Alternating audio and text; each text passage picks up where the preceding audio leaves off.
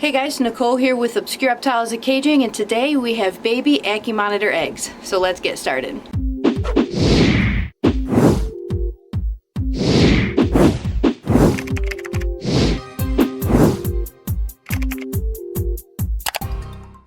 Hey guys, great news. If you've seen some of our latest videos, we've been talking about how we are going to get eggs soon, or we were assuming, based on how they were acting. So we're going to show you right now. We've actually got two females, two sisters, who are in the same enclosure with our male named Cutthroat, and they're tongueless and toothless, and I can actually tell them apart pretty well. One of them actually has half of a tongue. It lost half of its tongue a very long time ago, and the other one, because Tongueless is her name, we went with Toothless, but they're sisters. Tongueless, even though she's missing half her tongue, is still much friendlier and warmer up to me than Toothless is. So I'm going to show you what they look like now that they've had their eggs. And I'm going to talk to you. We're going to dig out the eggs and see how many there are. So, you can see right here, they're basking. So the first thing I'm going to do, I know this one right here is Toothless. And the one that's a little larger is Tongueless. You'll see when she flicks her tongue, only a little bit comes out. But as you can see, she looks super, super flat. Normally, Dark's just always a little bit chubby, even though she only eats once a week. Normally, they're nice and round and full, like that. And I've been catching them digging all the time for the last week and a half. And they eat quite a lot. So people always say, how do I know if they had their eggs? I'm going to try feeding them without scaring them off to hopefully be able to show you guys their actual body size right now, because they just had the eggs. We've got some soup worms we're going to feed them. This is perlite. Highly recommend vermiculite, but this is the last bit of perlite I have from last season. So I figured we would use it up. So this is a terrible noise. And Toothless, this one who's backing up, she had her eggs yesterday. So we actually were already in there and we pulled them out. See if we can see the wrinkles on her. She normally never looks like that. Super flat right now. Let's see if I get her. You want it? Come on, you just had eggs. Hopefully I'll get her to eat. She just finished laying her eggs, so she's exhausted. Another one went under the boulder. Alright, so we're going to have to move her. She's going to want to stay with her eggs. Alright, we're going to try to move her. She's going to want to stay with her eggs, but here, see how flat she looks? She's never this flat. So we're just going to gently place her out of the way. A lot of times they will try to get back to their eggs and keep digging, looking for them. They're not wonderful mothers, as in they're going to stay on their eggs, but they know where they put their eggs. We're going to feed her a bunch, but she literally laid them over the night because her sister laid them, and we actually found one egg on top she had laid. But yeah, she looks so skinny. So hopefully we got, I'm going to say like 6 or 8 eggs. We've actually already pulled one of her eggs. She had one egg. She's going to watch what I'm doing and not going to like it. She had one egg sitting on top, so we used tongs, didn't disturb her, and grabbed them. So one egg extra is sitting in with her sister. Her sister had 8 eggs, one was infertile. Rest were all good. But, alright, let me pull this before she tries to get back in. Alright. So, maybe I'll pull this up here so you guys can see even better. But basically, I'm just going to lightly dig until I find eggs. Nothing super exciting. Inside here, we put the lay box. As you saw, it was under the heat fixture. That allows us to get around 85 to 86 degree temperature inside of this lay box. And the reason why we do that is that's where they will want to look for. So we put dirt, play sand, dirt with no fertilizer, no chemicals, and the play sand. We also did a little bit of Reptichip just to help hold humidity a tiny bit, but we did all that. And then we add water to it weekly to make sure it stays a consistency, so I can see how I'm able to push it up and out of the way. That way they can burrow into it. But there should be eggs somewhere, so we know it's not on that side. Normally it's way at the bottom. Here's one that is unfertile. I'm gonna lay them all out and I'll show you them once I get them out. Here we go. This one looks good.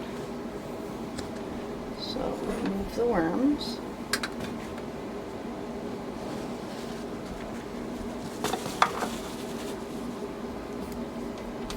So we have one looks good. Well, plus actually technically two, because we have one already in the other box from the other so when the other mom had her eggs and we found the mom was down here digging, we saw one egg at the top, so we grabbed it just to get it out of the way so she didn't flip it all around.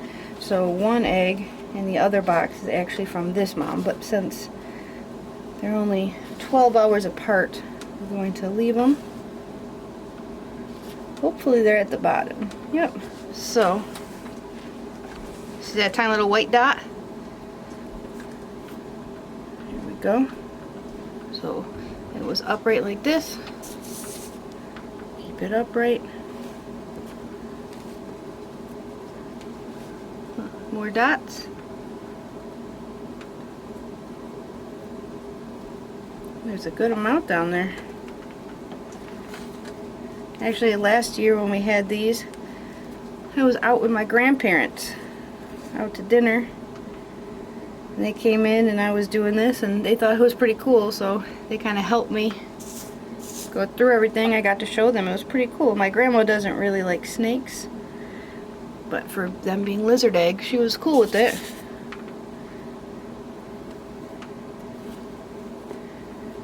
But if you guys, the first clutch that came out yesterday is actually already spoken for.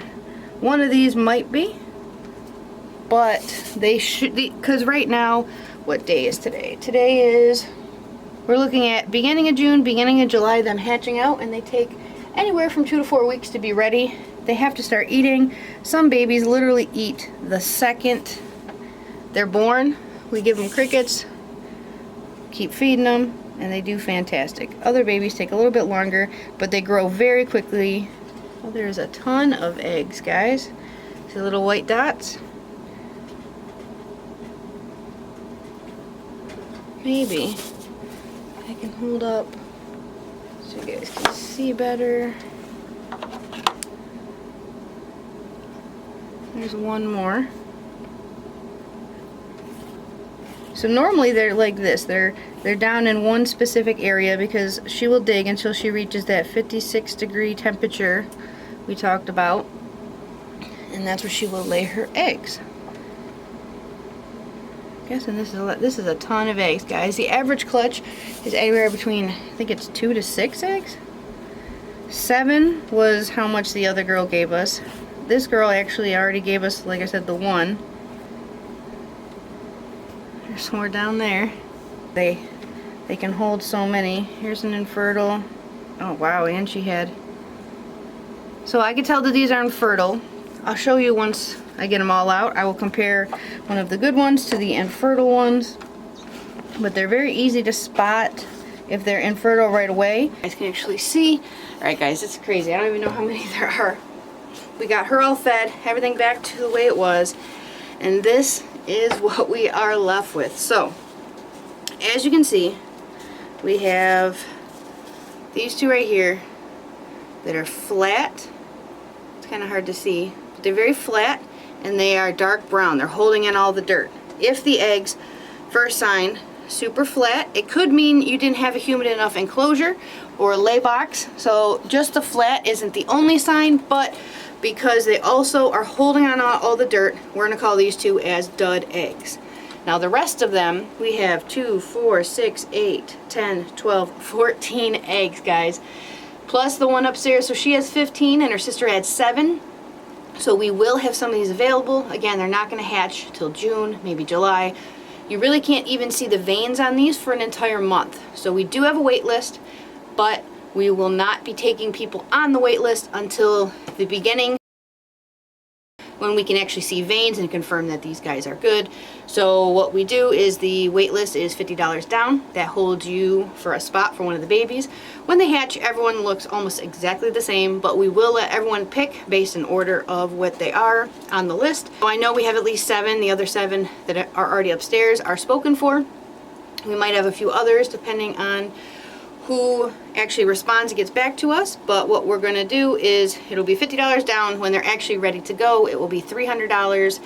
Again, that's not until somewhere around June, July when they actually hatch, and then it takes anywhere from 2 to 4 weeks for them to be actually ready to go. We want them eating, we want size on them, but what we do is we take these non-toxic paint markers and you will be assigned a color. Let's say you're pink. We're going to put a bunch of pink on the back of that baby so we know that that one is yours, and based on how it's growing, again, that'll be the 2 weeks, 4 weeks, 6 weeks, 8 weeks, however long it takes to get that baby super confident, getting crickets, eating dubias, wax worms. We're going to do ground turkey, we do salmon, shrimp, we do a huge different amount, rapashi, we'll do Reptilink, we do a ton of different food all the time. That way we got these guys eating on everything from a young baby. So if you guys are interested, shoot us a message on Twisted Reptiles. We have our website, twistedreptiles.com, Twisted Reptiles Facebook. But shoot us a message and we will get you on the list. But can't wait for these guys to be ready. So thank you guys so much for watching. If you have any questions, you can put them in the comments below. If you haven't already, please subscribe. We do new videos every single week. So we'll see you guys in the next video.